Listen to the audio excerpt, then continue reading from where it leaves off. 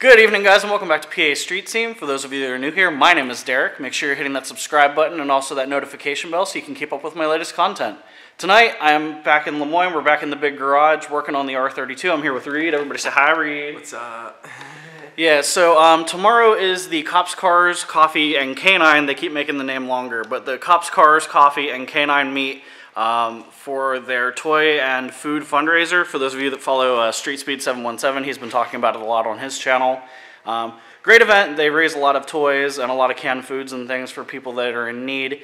If you remember, for those of you that have been subscribed since last year, I went to the event last year and I actually wrapped the car in wrapping paper.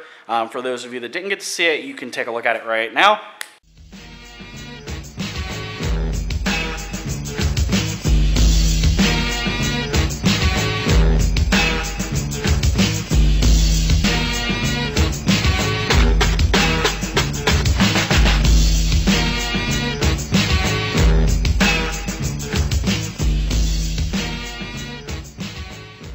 So yeah, so that was what I did last year, and I really liked being able to do that. I know that wrapping your car in wrapping paper isn't anything new or crazy or exciting, but it was fun for me because I got to play around with the Harlequin paint scheme with wrapping paper, which is why I wanted to do it. And I wanted to do something kind of crazy this year, but I didn't want to do that again because I don't like repeating myself. So I've been watching a lot of videos on YouTube about people that have been wrapping their cars in Christmas lights, and I thought that would be the perfect way to do it. So I think I went a little overboard though. You can see Reed is holding my Christmas lights right now. I found these kits on Amazon, and I believe each kit is about 360 feet of bulbs. They're all LED multicolor lights, and it's 1,000 lights per strand. So what we're gonna do is we're going to, well, actually I've already started doing it. I bought a power inverter. It's one of the ones that sits in your cup holder. Excuse how dirty my car is. I need to vacuum it tomorrow before the event.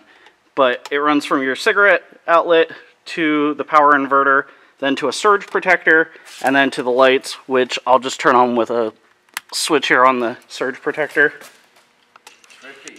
Yeah, it's pretty crazy. And they have a bunch of different modes, so I'll play around with it once they're installed. But I think it's going to be a lot of fun. And I have a jump pack in the back of the car in case it kills the battery. I'm not sure if it will or not, even though it's LEDs, so that'll be pretty cool. Okay, so the plan for the lights is to run them from the power inverter and the surge protector straight back the car, through the inside that is.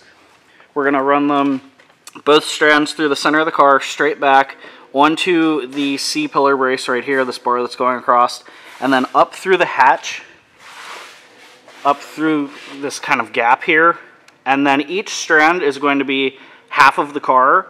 So I'm going to do 2 strands up through the center, do a quick crisscross across here onto the spoiler, outline the end cap of the spoiler, come down onto the hatch, come back up, down the C-pillar, down onto the bumper, work my way across this fender, come down the side skirt, up the fender, do the doors, up over the top, down, crisscross a couple times, and then come back up. Because I want to be able to open all the doors and the hatch and the hood if I need to. So come down the doors, over the fenders, back up through the top after crossing over the bumper, of course, and then probably ending on the hood somewhere. So yeah, that's the goal. The method of attachment's pretty simple. Last year when I did the wrapping paper, I did clear packing tape where you could see it, and then I did I did Gorilla Tape on the inside of the fenders and stuff. So this year, because I don't have the safety of the wrap, because it's gone obviously, I'm just going to try it with standard black duct tape. So we'll see how that works. A lot of people on YouTube were using electrical tape, but I don't think that would have nearly the holding power I'm going to need, because I'm going to be driving this a pretty decent distance tomorrow. So just to be safe, we'll try that out. And then the car needs buffed and a lot of work to it anyway, so I'm not worried about residue. But yeah, let's get started and see how it turns out. Alright, so quick update before we start the time lapse, because it didn't quite go according to plan. We did end up running the cords up through the center, and we did loop them around the bar, as you can see, and I threw a little bit of duct tape on there. But the gap between the hatch and the body is so thin that we couldn't do it that way. So what we ended up doing was we fed the power cords in between the hatch and the lifters, and then we're going to bring it up and just kind of wrap it around and come into the center and then work the way we were going to. So Not a big thing, but I didn't think you guys wanted to watch us try to logic through that. So now we can do the time lapse. This should be the easy part, so let's get started.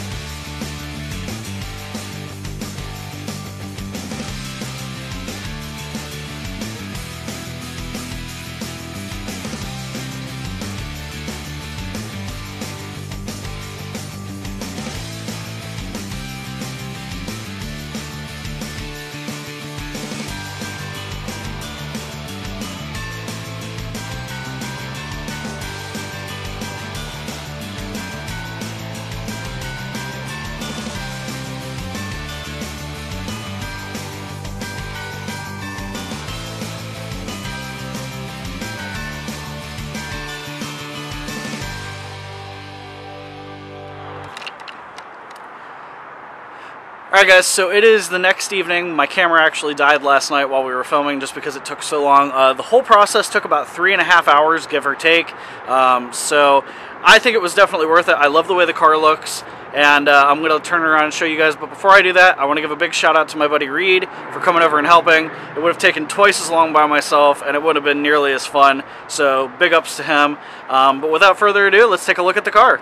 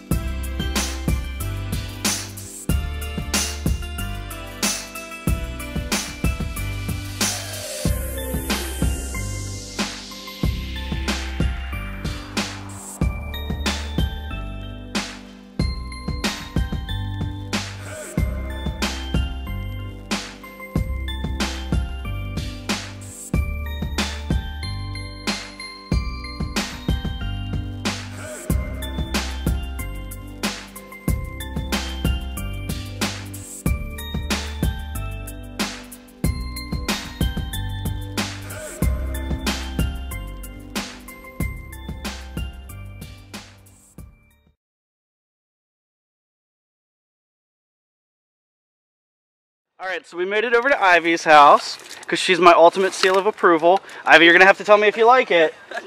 Alright, let me find the switch. Are you ready? Ready? Watch.